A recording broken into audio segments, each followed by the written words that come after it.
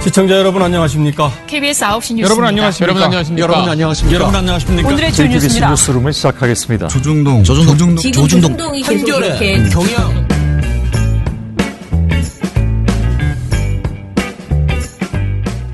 민원연의 미디어 탈곡기 489화를 시작하겠습니다. 예, 안녕하세요. 저는 민원연에서 사무처장을 맡고 있는 김원경입니다. 네, 방송 모니터 담당 활동가 임동준입니다. 이정일입니다. 예, 제가 또 오랜만에 왔죠. 네. 제 주말을 모두 다 제가 녹음을 안 하고 다른 분들이 하니까 굉장히 오래 쉰 것 같은 그런 기분이 들었습니다. 오래 쉬셨어요? 뭘 오래 쉬었어? 저는 왜 이렇게 못 쉬는 느낌이죠? 평소에 집에서도 안 읽는 책을 네. 저 평소에 집에서도 안 읽는 책을 사무처에서 읽었습니다. 네. 제가 그래서 맨날 그런 내가 썩을 것 같은 그런 그 방송 나쁜 신문 방송만 보지 말고 좋은 책을 읽어라 했더니 이 책에도 조선일보 얘기만 있다고. 책이 온통 조선일보예요. 네. 조선일보 대부니까요. 당연한 얘기죠. 네. 힘들어했습니다. 예, 뭐 어쩌겠습니까? 팔자련이 하시고 그냥 사십시오. 예, 저는 주말에 지역에 여성 노동자회라는 곳에서 하는 강연을 갔다 왔거든요. 개인적으로 이제 부탁을 하셨는데 제가 되도록이면은 외부 강연을 많이 가려고 항상 노력을 해요. 그러니까 이 언론 문제를 알리는 강연이잖아요. 그런 강연은 특히 주말이나 밤에 하는 거 이런 거는 꼭 가려고 합니다. 왜냐면 그 근무 시간 이외에 하는 거는 내가 품을 내서 좀 가겠다 이렇게 생각을 하는데 이번에는 대전에서 해서 전국에 있는 뭐 그런 그 돌봄 노동자들 이 모여서 하는 총회예요. 총회에 갔었어요. 그런데 아주머니들이 진짜 전원 다 여성분이었어요. 그래서 아주머니들이 굉장히 많으셨고 언론의 문제를 이제 얘기를 하고 특히 이제 가짜 뉴스 얘기들의 방점을 찍어달라고 해서 가짜 뉴스에 대해서도 얘기를 했는데 질문을 하는데 이제 그런 가짜 뉴스가 너무 많다 카톡으로 오는 그런 거 많이 받아보시는 거예요. 그래서 이런 거를 어떻게 내가 이렇게 말을 일축할 수 있을지 내가 보기에 이건 아닌 것 같은데 뭐 너무 그거에 대해서 반박을 자기가 잘 못하겠다 그런 얘기를 막 하셨어요. 근데 늘 하는 말이지만 가짜 뉴스에 대해서 그거를 막 조리 있게 일축할 수 있는 그런 비법은 사실 가진 사람이 별로 없습니다. 없죠. 사실 네. 가짜뉴스들이 확인되지 않은 사실을 네. 가지고 막 계속 뭐 부풀려서 얘기를 한다든가 그러잖아요. 그러니까 우리 지금 저 뉴스공장에 같이 나가고 있는 김준일 대표나 그다음에 저나 셋 다 이 가짜뉴스 전담반인지 뭔지 이 사람들도 그렇게 간단하게 금방 팩트를 확인하고 그러지 못합니다. 그래서 여러분들에게 막 그런 비법을 알려주고 어떻게 그들과 싸워라 이런 거를 말하기는 어렵고요. 제가 말씀드리고 싶은 거는 그런 거를 자꾸 공유하라고 이렇게 오잖아요. 그러면은 딱 불쾌감을 저는 표시하거든요. 그 방에다가 네. 이런 거 올리지 맙시다라고 하거나 보통 단톡방으로 오거든요. 그런 게 가족 단톡, 교회 단톡, 뭐 별별 단톡이 다 있잖아요. 동아리들 뭐 이렇게 하면은 이제 친구 그 동호회 모임들 이런 거에 그런 게 올라와요. 꼭 그런 사람들이 있어요. 그러면 저는 이런 거 하지 맙시다라고 딱 좀 약간 민망할 정도로 그렇게 하고 그런 게 들어오면은 이제 내가 나간다. 그냥 이거 너무 불편하다. 이렇게 하거든요. 근데 뭐 사람마다 그럴 뭐 성격이 있는 분도 있고 없는 분도 있잖아요. 근데 저는 아무튼 간에 이제 누군가 어르신이 저한테 막 그런 걸 보낼 때도 있거든요. 그러면 제가 불편하다. 이런 거 보내지 마시고 보시지 마셔라. 이렇게 얘기를 하는 편이에요. 그래서 되도록이면은 대응을 어찌됐든 계속 그냥 받아주면 계속 더 하더라. 이 행운의 편지인지 무슨 편지처럼. 그거 앉아서 막 이 편지는 이거 막 10통 보내고 이런 사람 있잖아. 나 딱 이게 행운의 편지 같거든. 그렇게 괜히 마음 약해가지고 나도 이거 받아보고 가만히 있거나 또는 나도 쏴줘야 되는 거 아닌가 이런 생각하지 마시고 공유하지 마시고요. 그리고 되도록이면 민원연이나 또는 뭐 서울대 팩트체크센터 이런 데에 제보를 해주신 뭐 뉴스톱도 괜찮아요. 뉴스톱도 항상 그런 그 제보를 통해서 많이 발굴하려고 하거든요. 기사를. 그러니까 한겨레나 뭐 이렇게 JTBC의 팩트체크 팀이나 어디든지 제보를 하세요. 그냥 이런 걸 내가 받았는데 이게 사실이라면 이 정말 안 되는 일 아니냐. 그러니 이거 확인해달라. 이런 제보를 해주시면 그 방송사들이 적극적으로 그러니까 언론사들이 적극적으로 제보 체크를 할 거예요. 그리고 그런 게 만약에 체크된 보도가 나오면 그걸 공유를 하자 우리가 그런 생각입니다. 그래서 그냥 저는 그냥 그런 톡으로 오는 것들은 거의 다 가짜 뉴스다 그렇게 생각하시면 될 것 같아요.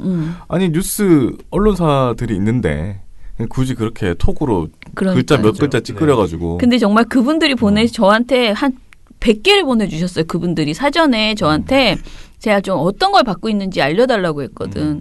근데 받았는데 정말 너무 재밌어. 계속 이렇게 꽃 모양 있으면서 꽃 모양 하나 들어간 다음에 이것을 그냥 보내는 게 아닙니다. 최소한 10명에게 공유해 주세요. 뭐 그런 말이 통통통 굉장히 많이. 그래서 그리고 뭐 정말 내용도 가지고 뭐 전국에 쌀이 동났다. 다 북한에 퍼줬다. 뭐 저유서 화재가 난 이유가 거기에 있는 기름을 다 북한에 퍼주고 나서 그 증거를 없애려고 불을 낸 거다. 막 정말 상상력이 참 좋아야 됩니다. 대단하시네요, 진짜. 네네. 정말 별별 게 다 있었어요. 그리고 따라갈 수가 없네. 전국에 지금 아무튼 미국 창고가 동이 났대요. 지금 쌀이 없대요. 어떡해. 북한에 다 퍼줘가지고. 어떡해. 굉장히 진지해요. 아, 그래요? 내용이. 예. 이게 그냥 진짜 뉴스 같아요. 그래가지고 진짜? 야 진짜 정말 대단하다. 이걸 맨날 보고 있으니 이분들이 얼마나 헷갈릴까 그런 생각. 오히려 저는 그런 걸 덜 받는 건데 그분들은 그런 게 그냥 계속 수시로 오는 거니까. 아니 생각해보면 저는 그냥 언론사에서 나온 뉴스도 잘 못 믿겠는데 그런 거를 나는 어떻게 믿나. 이제 안타깝지 않나요? 하루 종일 그것만 보고 있으면 정말 이 불안감에 쌓일 거 아니에요. 이 나라가 정말 망해가고 있구나. 정신적으로도 안 좋고. 그렇죠. 그럴 것 같아요.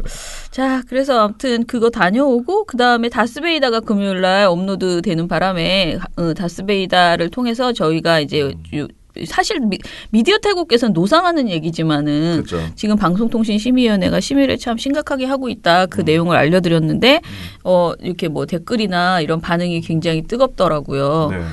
혹시 내가 거기서 미디어 탈국기 얘기한 거 들었나? 나왔습니다. 아유, 네, 500년에 한 번 내가 한 번 했는데 다행히 옆에 이렇게 댓글 같은 것도 달아주시고 제가 하나하나 계속 보고 있었거든요. 아, 그랬습니까?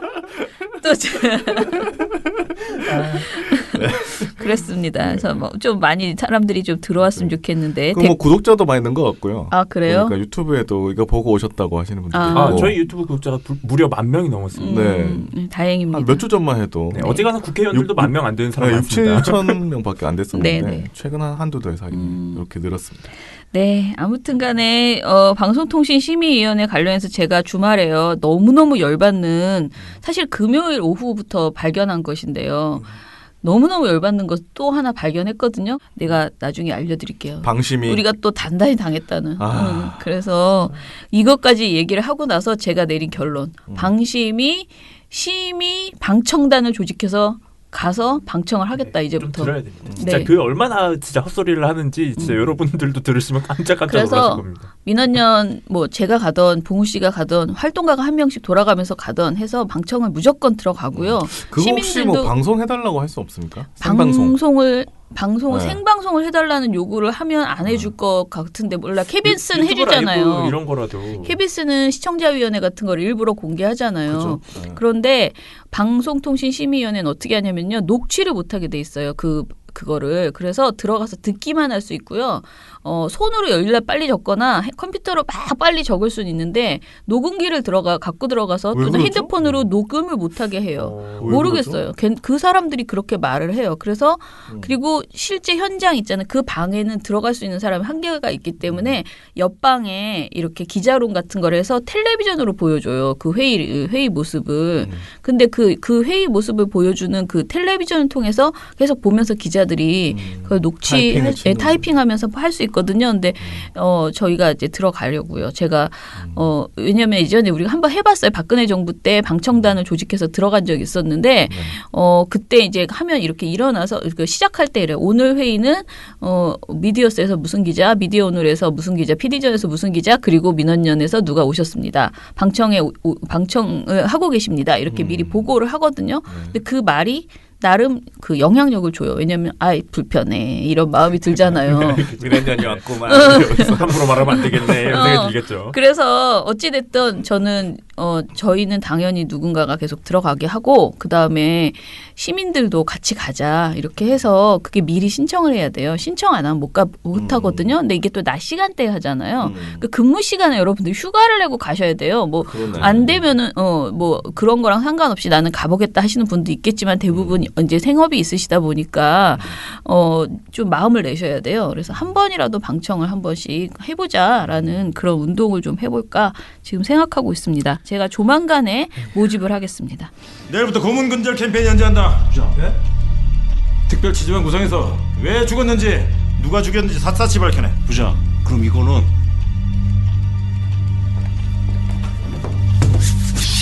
까고 있니? 야! 경찰이 고문해서 대학생이 죽었는데 씨발! 보도지심이 대수야! 앞뒤 재지 말고 들이박아! 예!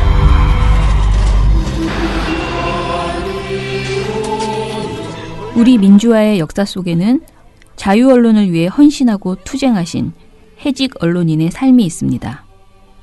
민언녀는 동아투위 위원이신 자유언론 실천재단 이부영 이사장, 보도지침을 폭로한 신홍범 전 조선투위 위원장, 유승열 80 해직 언론인 협의회 공동대표를 모시고 군사독재 시절 자유언론 투쟁 이야기를 들어보려고 합니다.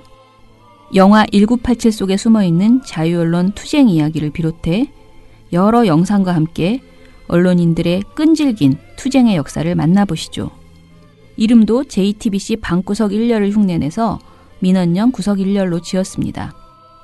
3월 5일 화요일 저녁 7시 서울시청 바스라콜 언론자유 토크쇼 민언년 구석 1열 지금 신청하세요.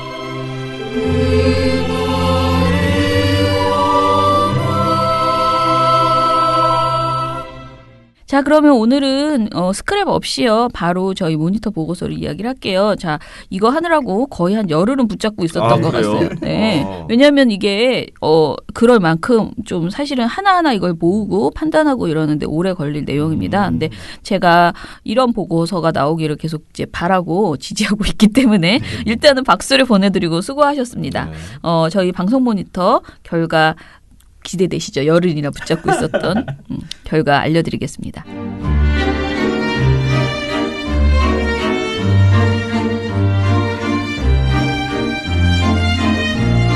민언년 방송 모니터 인생의 회전목마 특집. 이거 뭐야?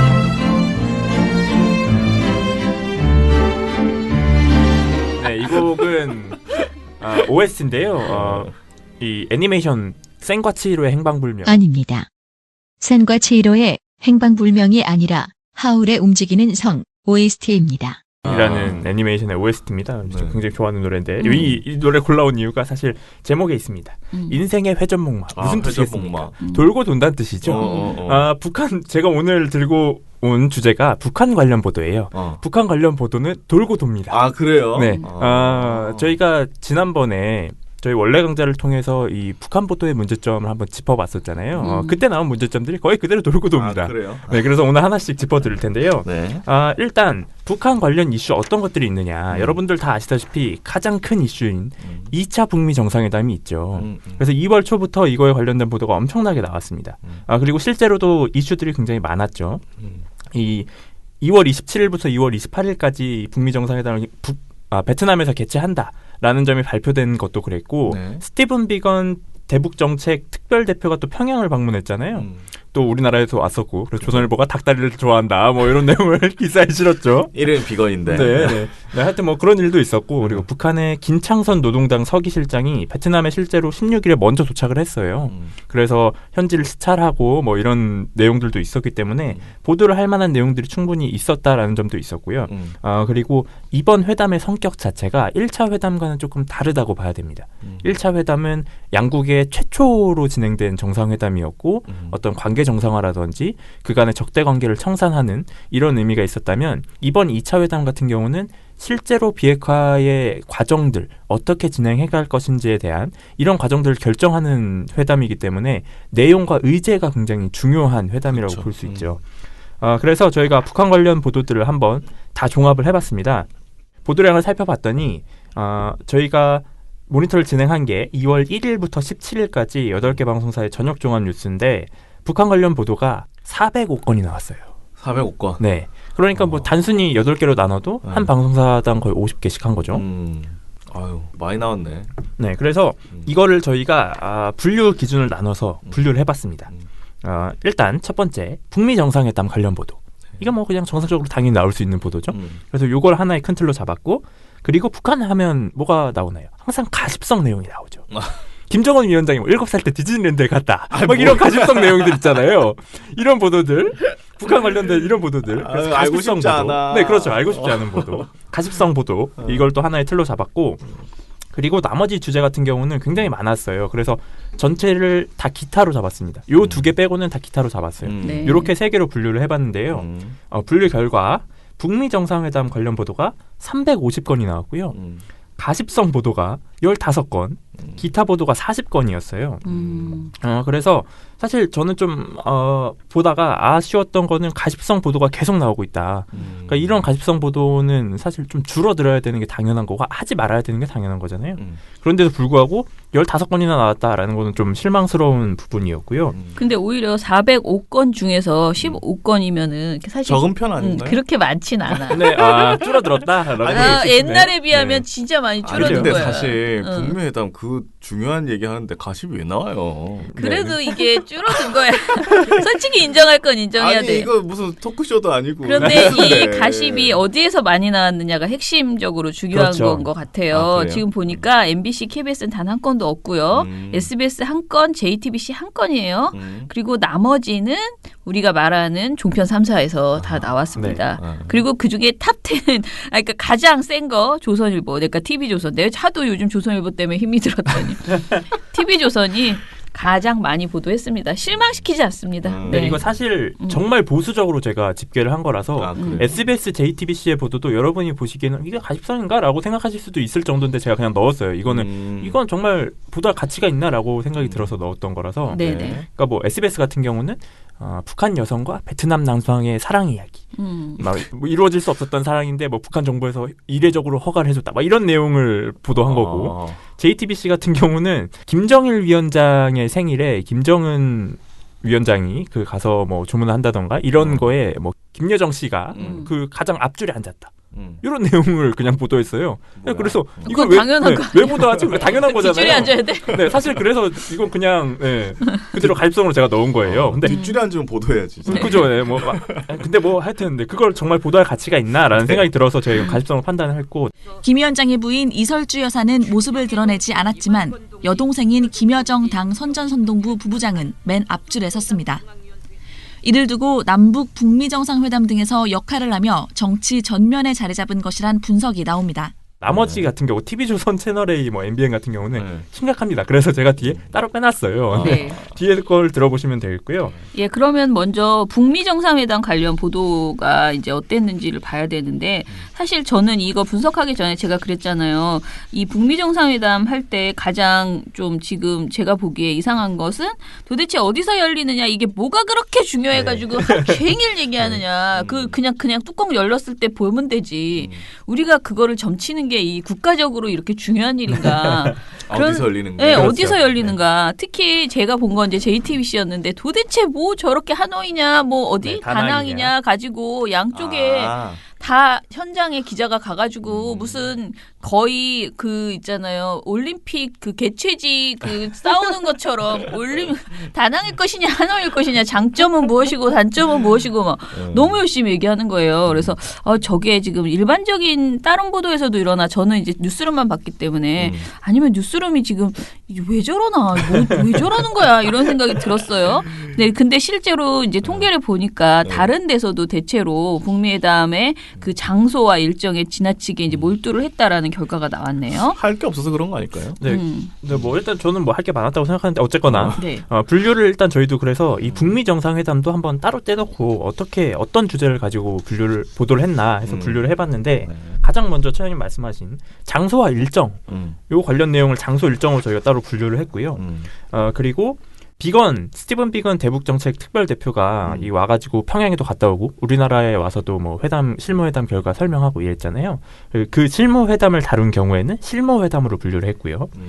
그리고 비핵화 과정이나 혹은 뭐 정상회담 의제 요런 내용을 다룬 경우에는 저희가 또 의제로 분류를 했고 그리고 뭐 청와대 입장을 다룬 경우 또 미국 정부 입장을 다룬 경우 또 앵커가 논평을 한 경우 그리고 이외의 경우 뭐 이런 식으로 해서 저희가 분류를 쭉 해봤어요.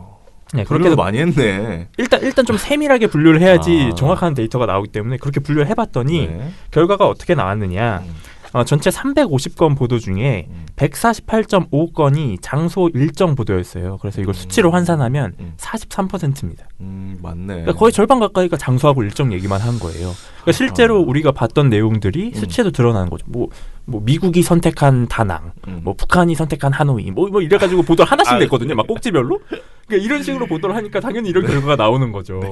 네, 그리고 그 다음으로 많았던 게 실무회담 관련 보도였는데요. 실무회담 관련 보도가 93건이었고 이게 약 27%가량 되는 수치입니다. 그래서 이 두 개를 합치면 전체 중에 70%예요. 거의 대부분이네. 그러니까 대부분이 실무회담 아니면 장소하고 일정이었던 거예요.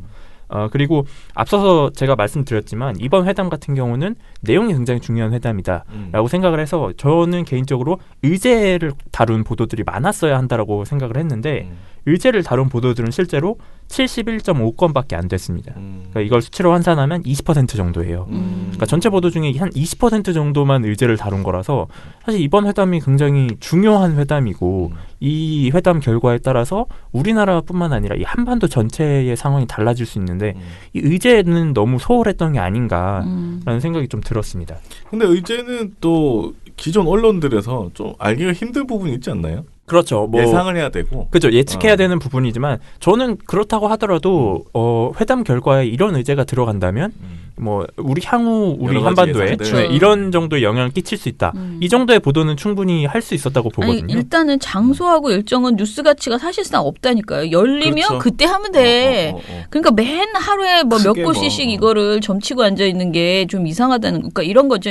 만약에 좋게 아주 정말 백보양보해서 북미 정상회담의 분위기를 띄워주려고 이 주제를 계속 보도하고 싶어.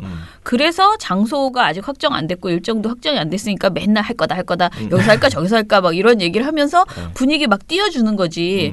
그렇게 하려고 했다 하더라도 차라리 의제나 이게 되면 무슨 일이 벌어지는지 그리고 어떤 논의가 돼서 어떻게 되면 우리한테 우리 삶에 무슨 변화가 있는지 이런 쪽으로 얘기를 하면서 분위기를 띄울 수도 있잖아요. 그쪽이 더 좋다. 예. 그런데 하나마나한 내용을 가지고 자꾸 분위기를 띄우는 것 아닌가. 베트남에선 좋아하겠네요.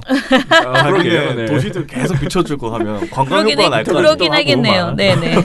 아무튼 그게 문제였다라는 그런 아쉬움이 있습니다. 네.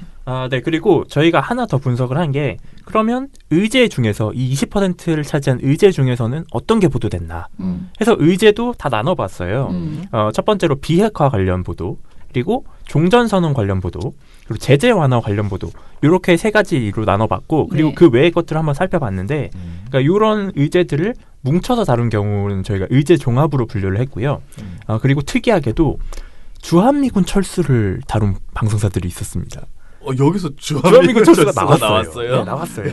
근데 뭐 나올 만한 이유가 살짝 있긴 했는데 어쨌거나 이렇게 해서 저희가 나눠봤더니 가장 많이 나온 의제가 뭐였냐면 이건 좀 자연스럽다고 봤는데 비핵화 관련 보도가 가장 많았습니다. 이건 뭐 가장 핵심인 거죠. 자연스러운 흐름이죠. 그리고 그 다음이 종전선언. 그렇지. 네, 이 따라오는 이슈였고요. 거니까. 네. 그리고 그 다음이 제재 완화였어요. 그 다음이 의제를 전체로 종합했던 여러 가지 의제를 동시에 다룬 경우가 그 다음이었고 그리고 그 다음 제재 완화 관련 보도였어요. 이번 회담으로 인해서 어쨌거나 당연히 연동될 수밖에 없는 대북 제재 완화에 대한 내용들을 다룬 거죠. 네. 그래서 좀 특징적인 부분을 말씀드리면 이걸 저희가 또 방송사별로 한번 분류를 해봤더니 비핵화 관련 보도는 특이하게도 YTN이 9건으로 가장 많았습니다. 사실 YTN 같은 경우는 저희가 늘 말씀드리지만 저희 모니터 프로그램이 공휴일에 방송을 안 해서 이 모니터한 날짜가 거의 좀 다르거든요. 그러니까 빨간 날은 다 빠지는 거예요. 근데도 불구하고 YTN이 가장 많았다라는 건 YTN이 정말 이 이슈에 비핵화 이슈에 정말 집중한 거예요. 그렇네요. 그리고 제재 완화 관련 보도는 KBS, MBC가 3건으로 가장 많았고요. 그리고 특이하게도 제재 완화 관련된 보도를 채널A하고 YTN은 보도를 하지 않았어요. 네, 그리고 종전선언 관련 보도는 JTBC가 4건으로 가장 많았습니다. 근데 이 JTBC 4건이 정말 많은 게 비핵화 관련 보도가 JTBC가 1.5건이에요. 그리고 제재 완화도 1건밖에 안 됩니다. 근데 종전선언을 4건을 한 거예요. 네. 그러니까 JTBC는 확실히 여기에 관심이 있는 거죠. 그렇네요. 그리고 저희가 이 내용도 한번 쭉 살펴봤어요. 네. 나머지 이 의제들 중에서 어떤 것들이 있었는가. 근데 아까 말씀드린 주한미군 철수가 나왔다고 했잖아요. 네. 이 주한미군 철수를 다룬 방송사 어디였느냐. TV조선? 또 있고요. 채널A? 방송사가 4개입니다, 무려. MBN. 네. 그렇지, 그건 빠질 수 없지. 그 세 개는 안 빠지고. 네. 그리고 나머지 뭐 SBS? 땡입니다. 정답은 YTN이었습니다. 어. 그래서 저희가 늘 말씀드리는 종편 3사와 YTN이 주한미군 철수를 다뤘는데요. 근데 약간 뭐 물론 이유는 있었습니다. 그래요? YTN 같은 경우가 대표적인데 그 한미연합사령관이 이 주한미군 철수는 없을 것이다라고 발언을 했어요. 그리고 트럼프 대통령도 이 주한미군 철수와 관련된 질문을 받았을 때 그럴 일 없다라는 얘기를 했고요. 그렇죠. 그런 내용들을 다룬 건데 사실 그러니까 이게 과연 보도 가치가 있는가? 뭐 당연한 거잖아요. 주한미군 철수가 여기서 왜 나와라는 그러니까, 건 당연한 거잖아요. 빈트가 좀 나간 것 이걸 같은데. 과연 보도할 가치가 있을까라는 생각은 좀 들었습니다. 네. 그리고 기타를 저희가 좀 살펴보면 뭐 그거 외에도 KBS 같은 경우는 8개 방송사 중에 유일하게 푸에블로호 반환 가능성에 대해서 언급을 했고요. 그리고 JTBC 채널A는 연락사무소 설치, 북미 상호 간 연락사무소를 설치할 수도 있다라는 네. 보도를 또 내놔서 좀 눈에 띄는 보도들이었습니다. 이 주한미군 이야기 있잖아요. 주한미군 철수 이야기. 이거는 늘 제가 말씀드리지만은 이 젊은 세대들은 오히려 주한미군 철수에 대해서 그닥 실감하지 못하거든요. 그죠. 근데 우리 저 세대는요. 저하고 저 윗세대들은 주한미군이 없어지면 우리나라 망하는 거야. 끝나는 거예요. 그래서 제일 나쁜 짓이 주한미군 철수야. 세상에서 믿을 수가 없는 일이야. 그 일은 하늘이 무너지는 일이에요. 진짜로 이 어른 세대에서는.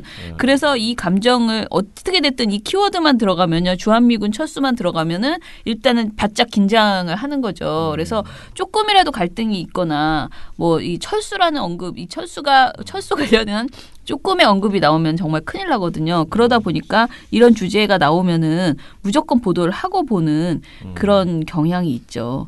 근데 이제 TV조선이 그 비핵화 관련해서 좀 약간 그 트럼프를 비판하거나 또는 이런 내용들, 그러니까 지금 지적하는 내용들도 있죠. 네, 그래서 저희가 눈여겨본 게 사실 TV조선이었는데 TV조선이 전체 보도 양상에서도 약간 특이했어요. 네.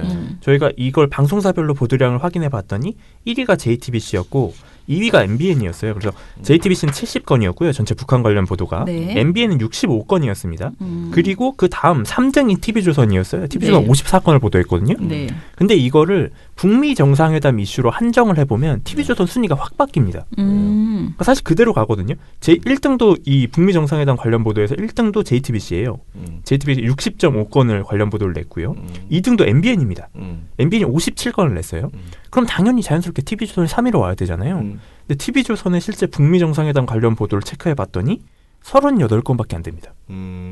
이게 몇 등이냐면 8개 방송사 중에 7등이에요. 그러니까 전체 보도량 3등이었는데 북미 정상회담으로 한정을 지어봤더니 7등으로 밀려난 겁니다. 북미 정상회담 핑계로 해가지고 북한 얘기 많이 했구만. 그렇죠. 바로 그겁니다. 그래서 저희 그렇게 나왔던 이유가 가십성 보도가 6건, 기타 보도가 10건이었기 때문에 그랬던 건데요. 근데 문제는 이 38건 보도 중에도 이상한 보도들이 있어요. 네. 그래서 그걸 하나하나 말씀드려볼 텐데 네.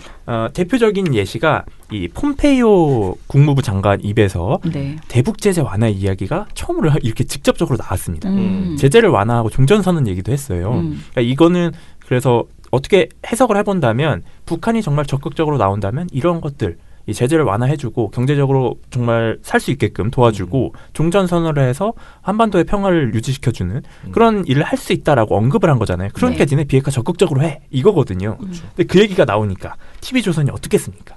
지금 미국이 대북 제재 완화를 얘기해? 큰일 난 거죠. 아, 진짜? 큰일 난 거죠. 이제 미국을 비판하기 시작합니까? 퍼주기 이제. 그래서 이제 큰일 난 거죠. 종북이야 미국이. 이런 대북 제재를 해? 그러면 이제 바로 거부 반응을 보여야 되잖아요. 그래서 보도에서 바로 나옵니다.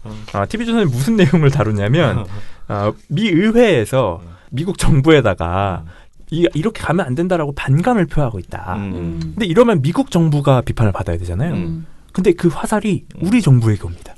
신기하죠? 그래서 이 보도를 설명해 드릴 텐데 TV조선 성급한 제재 완화로 한 기업 제재 우려. 한국 기업을 제재할 우려가 있다. 아니, 이게 쌍따옴표 이 보도였어요. 네네. 김남성 기자의 2월 15일자 기사인데 워싱턴 포스트는 14일 칼럼에서 테드 크루즈, 로버트 메넨데즈 등 공화민주 상원의원이 폼페이오 국무장관에게 보낸 편지 내용을 공개했습니다. 지난 11일 발송한 편지에서 두 의원은 대북 제재 이행에 있어 한미 간 공조에 깊은 우려를 표시했습니다. 그러면서 폼페이오 장관이 계속해서 대북 제재를 가하고 한국도 공조하도록 설득해야 한다고 주문했습니다. 특히 두 의원은 남북 미북 간 외교상 진전 정도가 달라서 한국의 은행과 기업들이 미국의 제재에 노출될 위험에 있다며 성급히 대북 제재 완화를 할 경우 일어날 갈등을 피하는 것이 중요하다고 지적했습니다.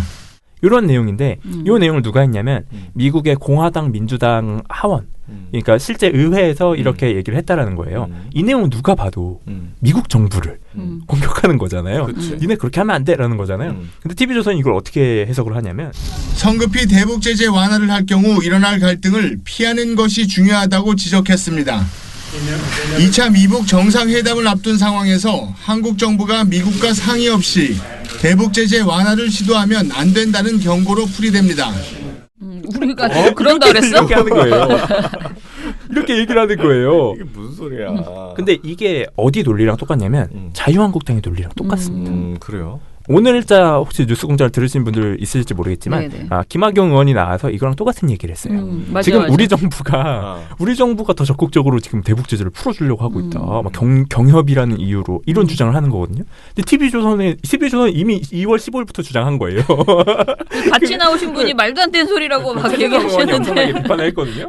네. 국제사회가 우리나라를 위해서 이렇게 제재를 해주고 있는데 당사자인 우리나라가 안달이 나가지고 국제공조를 무너뜨리는 이런 것은 저는 옳지 않고 대한민국이 그런 방향으로 북미 정상회담에 끼어들고 있으니까 그걸 얘기하는 거죠. 대한민국이 장소도 결정하고 의제도 결정하고 협상 내용도 결정합니까? 이런 주장 이미 한 거예요. 그러니까 신기한 거죠. 미국 의회에서 미국 정부를 공격했는데 결국 화살을 맞는 건 우리 정부예요. 이렇게 됩니까? 말이 안 되는 보도를 한 거예요. 하면 우리 정부 탓이네. 그러니까 이게 너무 황당해서 그래서 제가 이날 보도를 다 봤어요. 타방송사 보도 있는 걸 다 봤는데 이렇게 언급하는 데가 없어요. 일단 이렇게 생각할 수가 없지 사실. 황당한 거죠. 그러니까 미 의회의 발언을 인용한 보도가 있기는 했어요. KBS가 인용을 했는데 KBS도 인용을 하면서 뭐라고 말하냐면 미 의회 반응은 대체로 최종적이고 완전히 검증된 비핵화 조치가 있기 전에 제재를 완화해서는 안 된다는 입장이라고 의원들을 전했습니다. 트럼프 대통령도 이 같은 국내 분위기를 의식할 수밖에 없겠죠. 이거예요. 그러니까 미 의회는 미 행정부랑 의견이 달라요. 이 정도 수준이라고요. 근데 TV조선 우리 정부에다 화살을 댄 거예요. 심지어 MBC 같은 경우는 좋은 결과를 위해서란 전제가 붙었지만 북한의 비핵화 선행 조치에 따라 제재의 문턱을 낮출 수 있음을 시사하는 발언입니다. 이렇게 설명을 했어요. 가장 정상적인 평가죠. SBS는 종전선언 같은 체제 보장 방안과 제재 완화 같은 경제적 보상을 모두 협상 테이블에 올려놓을 테니 이에 상응하는 화끈한 비핵화 행동을 보이라는 뜻입니다. 이건 조금 더 적극적으로 본 거죠. 그리고 JTBC도 폼페이오 미 국무장관이 언론 인터뷰에서 북에 대한 제재 완화 이야기를 꺼냈습니다. 이 상당히 그동안 아껴뒀던 카드인데 회담 전에 꺼내든 건 북한의 좀 더 대담한 결정을 촉구하는 메시지로도 읽힙니다. SBS와 비슷한 해석이고요.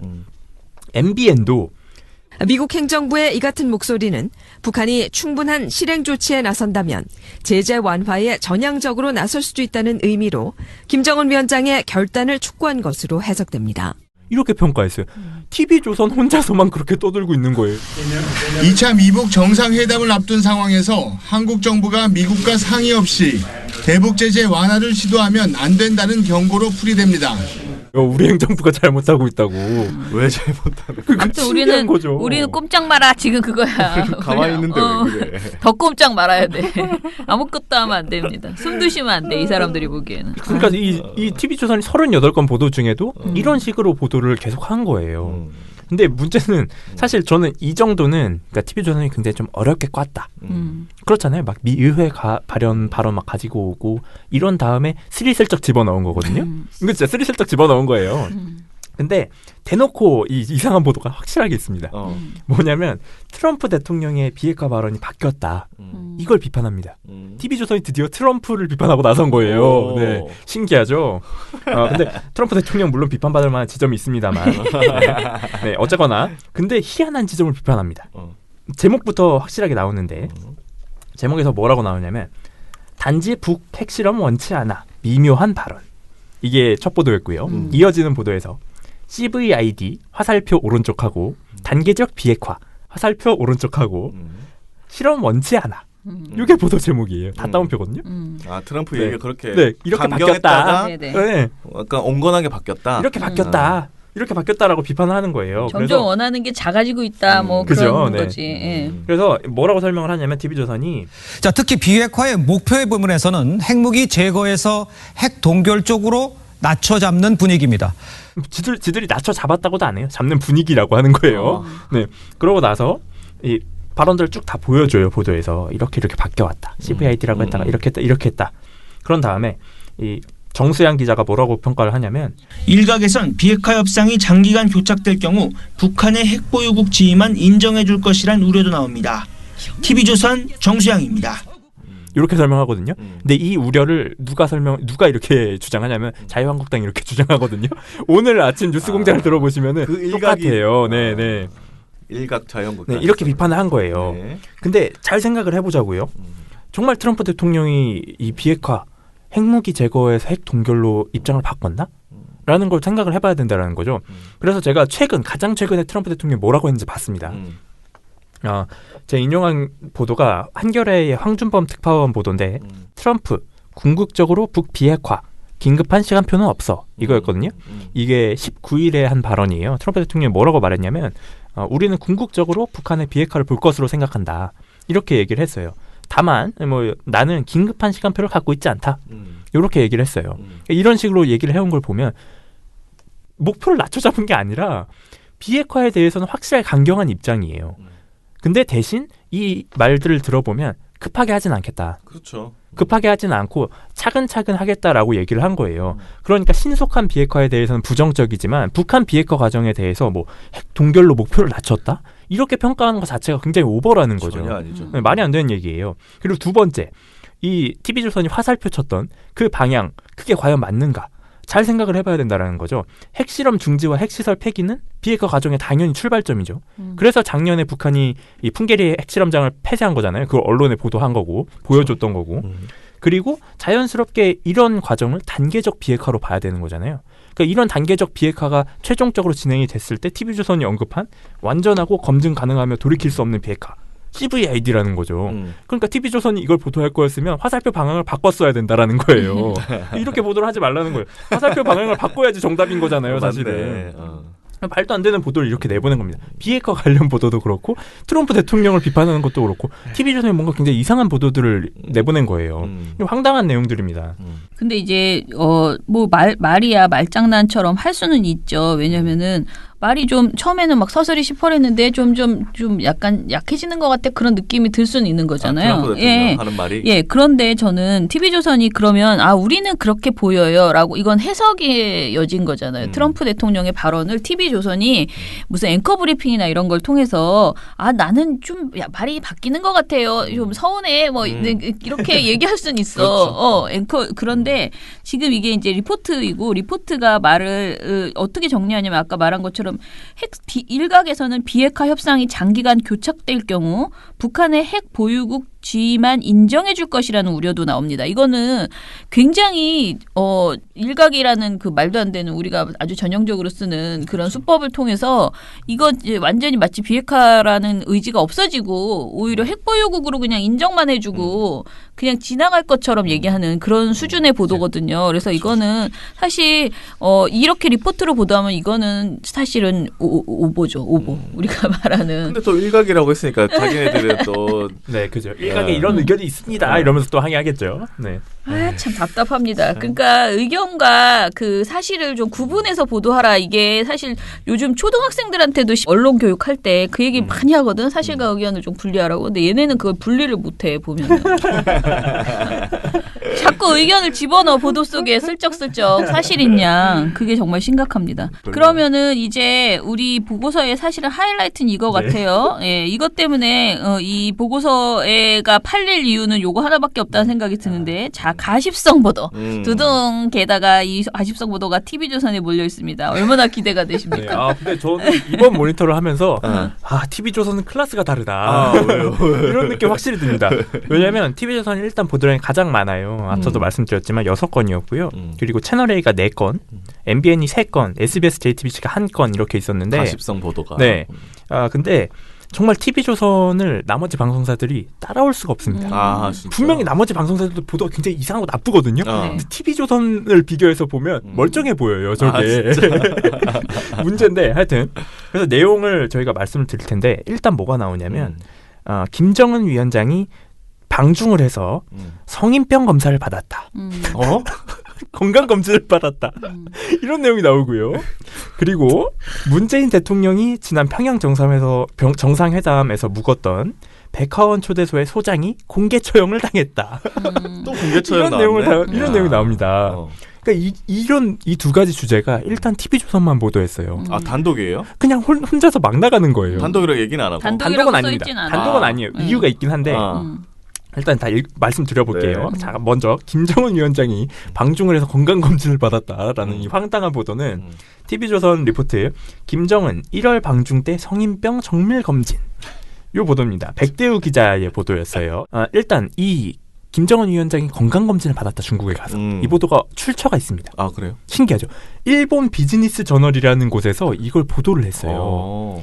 국빈관에서 일본 비즈니스 저널이 어제 보도한 북한 김정은 위원장 관련 기사입니다. 김 위원장이 지난달 중국 베이징 방문 당시 비만이나 당뇨병 등 성인병 관련 정밀 검사를 받았다고 보도했습니다. 지난달 8일 환영 만찬 당시 시진핑 주석이 리설주, 펑리위안 여사가 주고받은 김 위원장 건강 관련 얘기를 알게 돼 결국 김 위원장을 설득했다고 썼습니다. 시 주석이 김 위원장은 부인에게도 우리에게도 대단히 중요한 분이니 건강을 잘 챙겨달라면서 퉁런당 시찰 때 건강검진을 받는 게 어떠냐고 하자 김 위원장이 시간이 오래 안 걸리면 하겠다고 응했다는 겁니다. 검진 당시 김 위원장은 당뇨병 예방 한약도 지었다고 이 매체는 전했습니다. 김 위원장이 베이징에서 검진을 받았다면 북한 지도자로는 최초입니다. 김 위원장의 안 좋은 건강 상황이 반영된 결과라는 해석도 나옵니다. TV조선 백대우입니다. 그런 것까지 뒤졌네. 신기하죠? 그러니까 이런 식으로 보도를 하고 나서 그 다음에 이 포커스에 가서는 이걸 심층적으로 막 파는 거죠. 이걸 어떻게 김정은 위원장의 건강이 어떻게 안 좋은가 막 파는 겁니다. 그래서 뭐 더 웃겨요. 신동국 앵커는 뭐라고 얘기하냐면 이 예에서도 보듯이 김정은 위원장의 건강 문제는 세계 여러 나라들이 관심이 많습니다. 우리 정보 당국도 수년 전부터 김정은 위원장의 심장병, 고혈압 같은 성인병 가능성을 제기해 왔다고 하는데 이달 말 미국 정상회담에선 어떤 모습을 보여줄지 오늘의 포커스를 맞췄습니다. 근데 뭐 이런 걸 다 걱정해. 그리고 저는 각국 정상들이 다 각국에서 유독 관심이 많은지도 모르겠어요. 네. 그래서 TV조선이 막 김정은 위원장의 뭐 담배 피는 영상 이런 거 보여주고 헐떡이는 영상, 절뚝거리는 영상 막 이런 거 다 보여줘요. 그리고 제가 보다가 진짜 웃겼는데 그 김정은 위원장의 사진에다가 합성을 해가지고 옆에다가 막 세균 같은 거 이 참지창 들고 있는 거 있잖아요.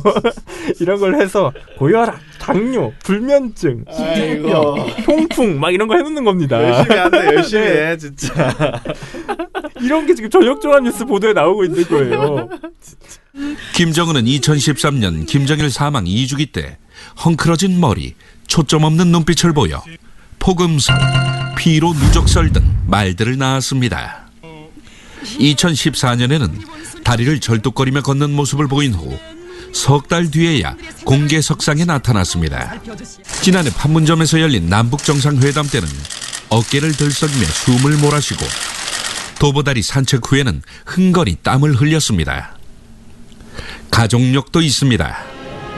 할아버지 김일성은 심근경색, 아버지 김정일은 뇌졸중으로 쓰러져 사망했죠. 국제정치의 주인공으로 떠오른 김정은의 건강 문제가 미북 회담을 코앞에 두고 또다시 관심을 불러일으키고 있습니다. 이렇게 보도를 하고 있는 건 진짜 황당한 거죠. 근데 우리나라 40대 이상의 남자 많은 사람에게 이 똑같이 이 김정은만 싹 빼고요. 여기에 예를 들어 우리 남편 이렇게 딱 여기다가 누구든 간에 딱 넣잖아? 그럼 다 비슷하다? 고혈압, 당뇨, 통풍 하나씩은 다 있어. 되게 웃겨.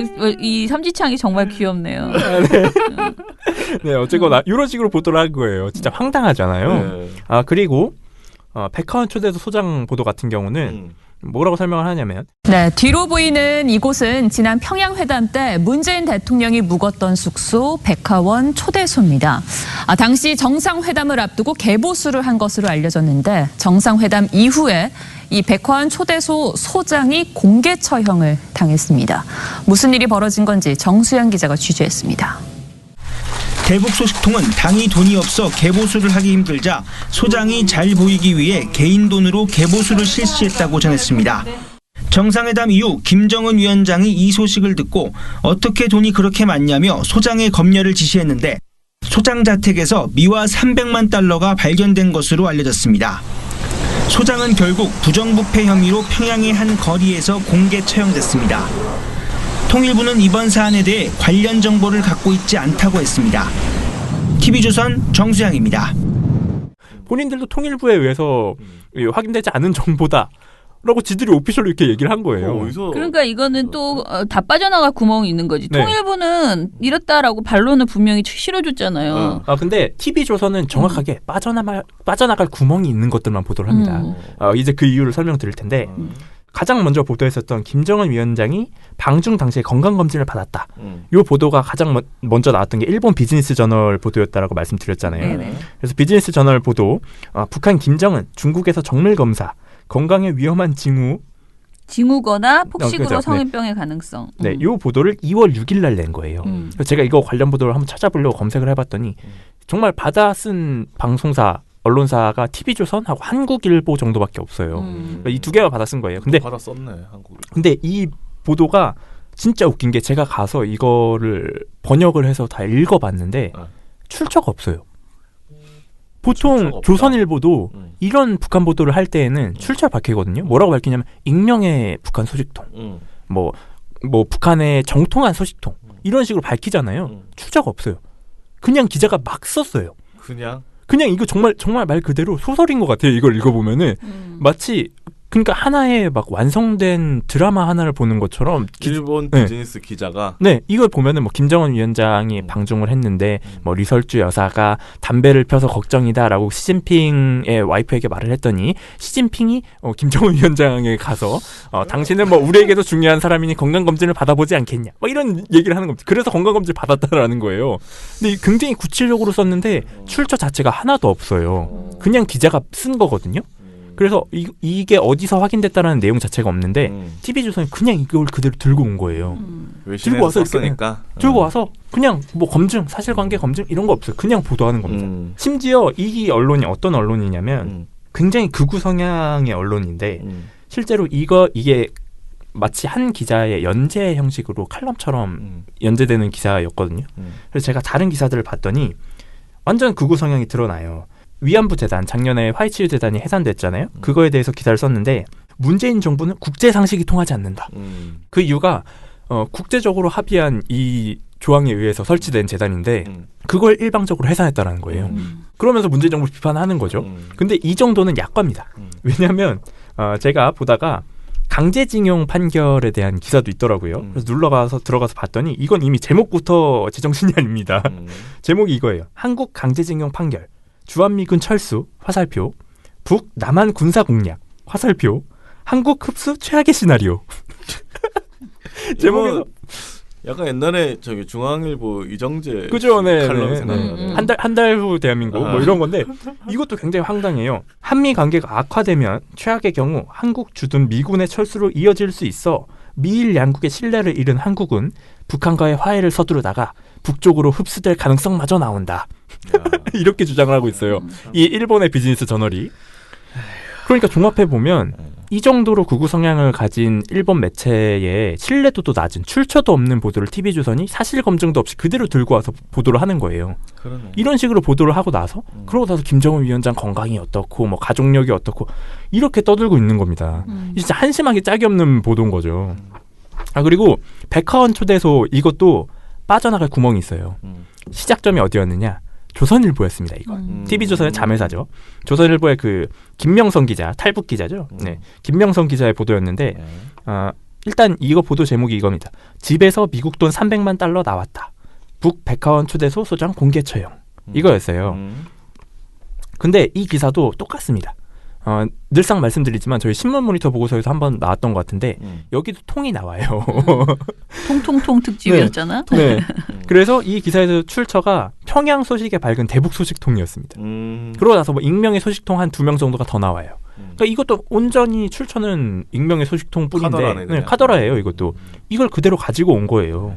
가지고 오면서 온라인 송고명에다가 TV조선이 뭘 다냐면 이거 가지고 일단 관심 좀 받아야 되잖아요. 그러려면 핫한 인물을 끼워 넣어야죠.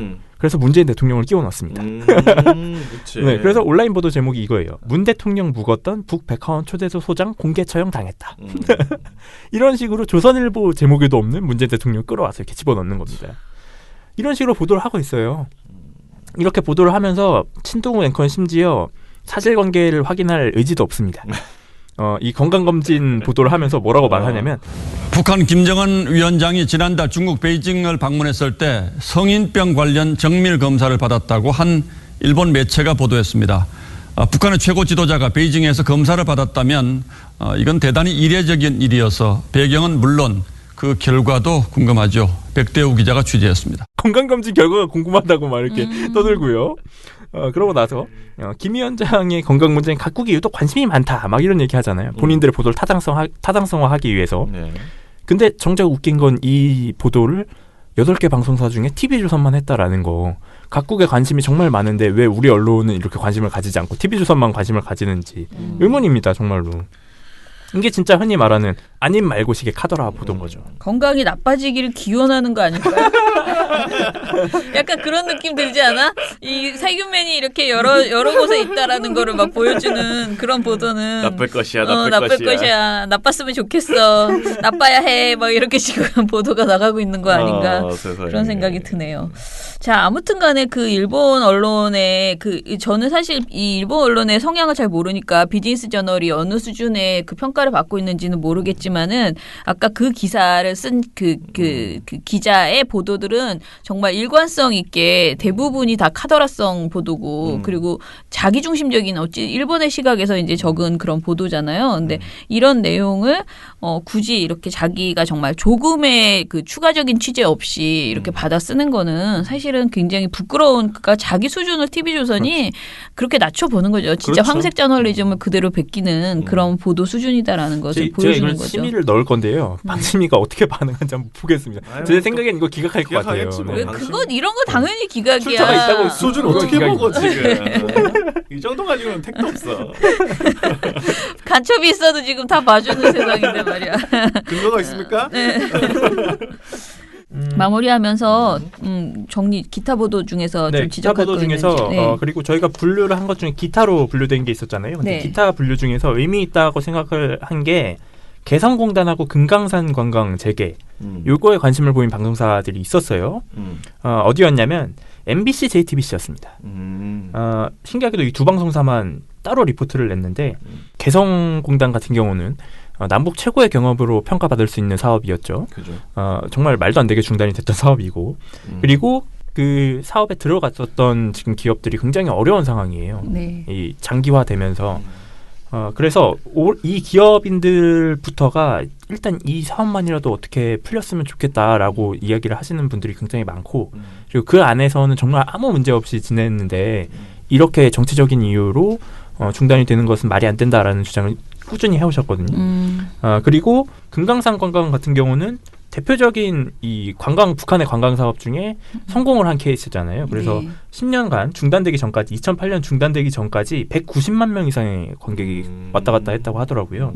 저도 이번에 보고서를 쓰면 처음 찾아봤는데 근데 이 두 가지 사업이 이번 회담을 통해서 재개될 가능성에 대해서는 충분히 높다라고 평가되는 부분들이 많습니다. 네. 대북 제재 완화의 가장 시범적인 케이스가 이렇게 될 거다라는 얘기들도 있고 그래서 이 MBC하고 JTBC가 이 부분에 관심을 가진 건데 개성공단 같은 경우는 YTN도 보도를 냈어요. 근데 YTN은 약간 결이 다릅니다. YTN은 자유한국당 의원들이 미국 방문 중에 미 국무부 부차관보 동아태 부차관보한테 개성공단 재개는 대북 제재에 분명히 포함된다 이런 발언을 하게끔 질문을 한 적이 있어요. 가서 물어본 거거든요. 그래서 이 동아태 차관보가 그거는 제재 맞다 이렇게 발언을 하게끔 물어본 그 내용을 보도해서 좀 다른 결이었고요. 개성공단을 못 열게 하자고 지금 그죠, 거기 가서 네. 지금 협박하고 온 거네. 네, 뭐 그런 느낌이었는데 하여튼 그걸 보도를 한 거고요. 아이고 머리야. 네, 그래서 MBC하고 JTBC는 당연히 개성공단에 대해서 정상적인 입장을 보도를 했는데 네. MBC 같은 경우에는 전반적인 상황을 좀 분석하는 보도였어요. 그래서 MBC 설명이 김정은 위원장이 신년사에서도 말했듯이 아무런 전제 조건이나 대가 없이 개성공업지구와 금강산 관광을 재개할 용의가 있습니다. 이런 발언들도 보여주고 그리고 기업인들이 그동안 고통받아왔던 부분들 이런 것들을 보여줬어요. 그리고 JTBC 같은 경우는 기업인들에 조금 더 포커스를 맞춘 보도였습니다. 그래서 기업인들 같은 경우도 이 대표적으로 박남서 컨베이스 대표 이분이 인터뷰를 하면서 우셨어요. 약간 눈물을 보이셨는데 그러니까 이분 같은 경우는 내 공장이 잘 있나 너무 궁금하니까 이 판문점에 가서 전망대에 가서 망원경으로 보셨다는 거예요. 아이고. 근데 간판이 그대로 붙어 있더라. 그걸 보고 너무 눈물이 났다. 이 3월이라도 이거 정말 들어가서 나는 하고 싶다. 막 이런 이야기를 하시고 다른 사업주분들도 나오셔서 정말 북한 직원들하고 가족처럼 지냈다. 우리만의 작은 통일된 국가, 통일된 지역이라고 생각하고 지냈다. 이런 얘기도 하시고 이런 부분들을 좀 주로 보여줬습니다. 그리고 금강산 관광 같은 경우는 8개 방송사 중에서 MBC, JTBC만 보도를 했고요. 두 보도 다 민화협이 이제 북측 대표단하고 금강산에서 연대 모임을 가진 소식 그걸 전하면서 MBC 같은 경우는 대북 제재 여파로 취재진의 노트북 그리고 방송용 2인치 카메라 반입이 불어댔다. 이 부분에 좀 포커스를 맞춘 보도였고 JTBC 같은 경우는 3.1절 남북 공동행사 강제징용 희생자의 유해를 남북이 봉안하는 사업 남북이 함께 봉안하는 사업 이렇게 해서 남북이 협력하는 사업이 어떤 것들이 있는지 설명하는 보도가 조금 차이점이었습니다. JTBC가 제일 낫네요. 네. 관련된 보도는 그죠? 자, 그러면은 오늘 방송은 이것으로 마무리하고요. 아무튼 이제부터 시작인데 지금까지는 어떻게 보면 이제 북미 회담이 되기 전이니까 이제 시작하면 얼마나 또 이 카운팅 분명히 저거 되고 나면 운만 뗐다 또 이렇게 할 겁니다. 그러니까 충분히 어떤 내용들로 나올지 사실 실효성 없어. 사실 이런 거. 이 보고서를 그래서 쓰면서 제가 여러분들께 좀 드리고 싶었던 메시지는 이전의 보도들만 봐도 나올 보도들이 보인다. 그러니까. 네. 그렇습니다. 네. 잘 가라 TV조선. 수고했다 민원연. 언론의 민낯을 아는데 도움되는 정보만. 끝이 아닌 다른 시작. 민주언론 시민연합. 미령곰탱님, 금요일부터 일요일 방송 잘 들었습니다. 먼저 금요일 방송을 들어보면 뉴스와이드 MC가 포기할 정도로인가 보네요. 차명진 발언에 반박도 하는 거 보니까요. 그렇다는 것은 제작진이 문제인가 봅니다. 저는 봉봉 팀장님처럼 된다만 일단 다음 주 시민방송 심의위원회에 딱이라고 보네요. 아니 근데 보니까 뉴스와이드는 차명진 씨는 고정이고 다른 사람들이 계속 바뀌어요. 맞아요. MC도 네. 바뀌고 뭐 주변의 사람 게스트 다 바뀌는데 차명진 씨만 안 바뀌어. 차명진 씨를 위한 프로그램인가요? 이상해요. 자, 그리고 좋은 보도 시상식 잘 보았다고 항상 우리 그 미령곰탱님께서 열심히 봐주십니다. 네, 감사합니다. 네. 티에노님 거 하나 읽어주시죠. 네, 티에노님. 옥 팀장님 또 기습 출연. 민원연 주성치가 아닌 민원연 홍길동이라고 하셨습니다. 이전엔 상대가 처장님이 아니라 리액션봇 이피님이다 보니 원래 옥 팀장님의 뭐뭐다 톤보다 약간 다르셔서 새롭네요. 원래 웅변이라면 이번 주는 구연동화. 내지는 동그란 테이블에서 커피 한 잔씩 놓고 잘 들어봐. 내가 예전에 이상한 애들이 있었는데 이번에 징계 먹었어 결국 하고 소곤소곤 알려주시는 듯 했습니다. 아이고 아이티노님의 그 해설이 더 웃기네요. 네네. 아 진짜 재밌네요 이 댓글. 재밌다. 네. 아무튼 MBC 부역자들 저도 징역형이 최종 확정됐으면 좋겠지만 1심에선 이미 집행유예라 끝까지 유죄로 가고 그 유죄를 바탕으로 어떻게든 MBC 노조에서 저들 개인에게 민사를 걸어 빈털터리를 만드는 게 더 저들에겐 두려울 수 있다 싶습니다. 참 책 읽기 투표를 하신다니 딕션이 좋은 유 부장님이 하셨습니다.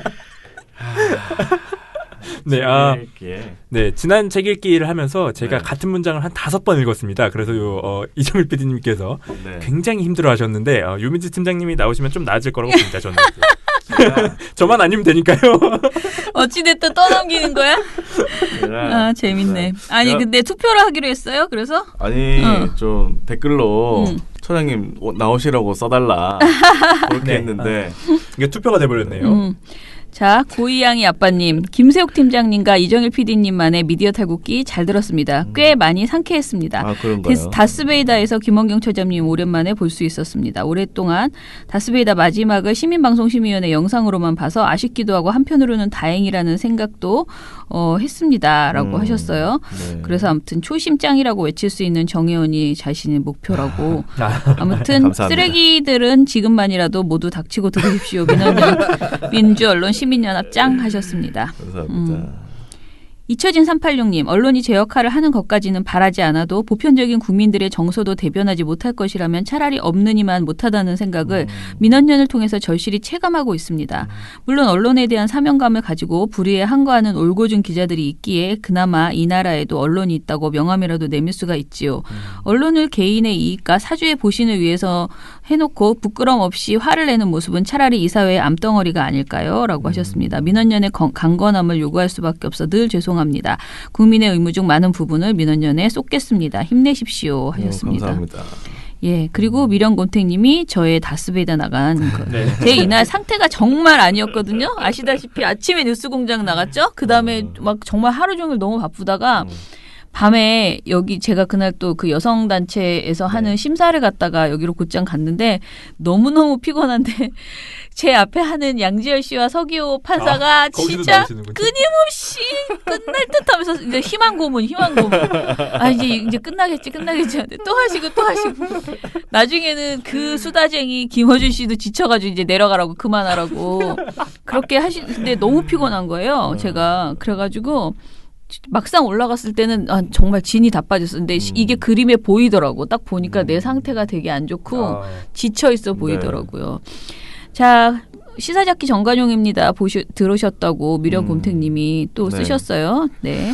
그리고 저기 파티에 보니까 나이스앤 두더지님께서 방심위원 탄핵은 안 됩니까? 이렇게 물어보셨고 유명권님께서 민원연 대단하십니다. 차명진 얘기 잠깐 듣는 것도 열불이 나는데 휴. 저런 인간 말을 끝까지 들어야 한다니 스트레스 조절을 잘 하시는지 우려스럽네요. 라고 하셨습니다.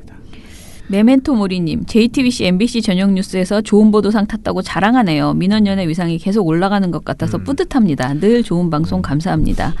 그날 JTBC도 왔었어요? 저는 MBC JTBC가 상을 받으러 왔었죠. 방송 보도 상을 받았고요. 카메라가 나는 MBC 왔었습니다. 카메라만 왔는 줄 알았는데 그랬군요. 상 받으면 꼭 그렇게 자랑하더라고요. MBC 같은 경우는 매번 내는 편이죠. 흑토마님께서 2,000원 후원해 주셨습니다. 감사합니다. 네, 감사합니다. 곡성사라님께서 총회가 22일 금요일 맞죠? 그러면서 시청에 방금 도착해서 자세한 위치 보려고 문자를 보니 3월이네요. 라고 하셔서 어떡해. 너무 죄송하다.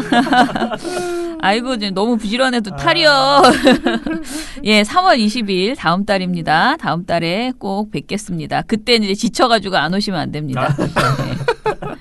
민원연 회원이신 분들은 지금 민원연 홈페이지에 들어오시면은요, 만약에 오시면 오신다고 답을 주시고요, 못 오시면 위임장을 좀 써주세요. 왜냐면은 위임장이 없으면 저희가 그날 의결 정족수를 채울 수가 없습니다. 그래서 꼭 위임장을 좀 써주시기 바랍니다.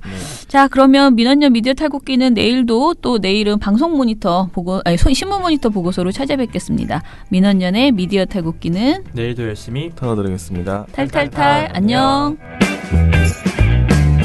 네, 오늘 뉴스데스크 마치겠습니다. 시청해주신 여러분 채널 A가 고맙습니다. 함께합니다. 시청해주셔서 KBS 뉴스 오늘 순서 모두 마치겠습니다. SBS는 앞으로도 내일 뵙겠습니다. 고맙습니다. 오늘 뉴스9 모두 여기서 마치겠습니다. 시청해주셔서 고맙습니다. 뉴스팔 여기서 마치겠습니다. 저희들은 내일도 최선을 다하겠습니다. 여러분 고맙습니다. 탈탈탈 안녕.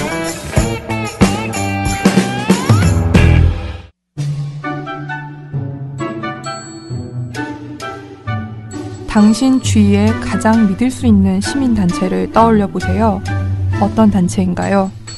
실수를 하면 인정할 줄 알고 약속을 하면 반드시 지키는 그런 단체 아닌가요? 늘 좋은 언론을 만들기 위해 원칙을 지키는 예측 가능한 단체. 그런 단체가 믿을 수 있는 단체입니다. 언론이 미래다. 민주언론 시민연합.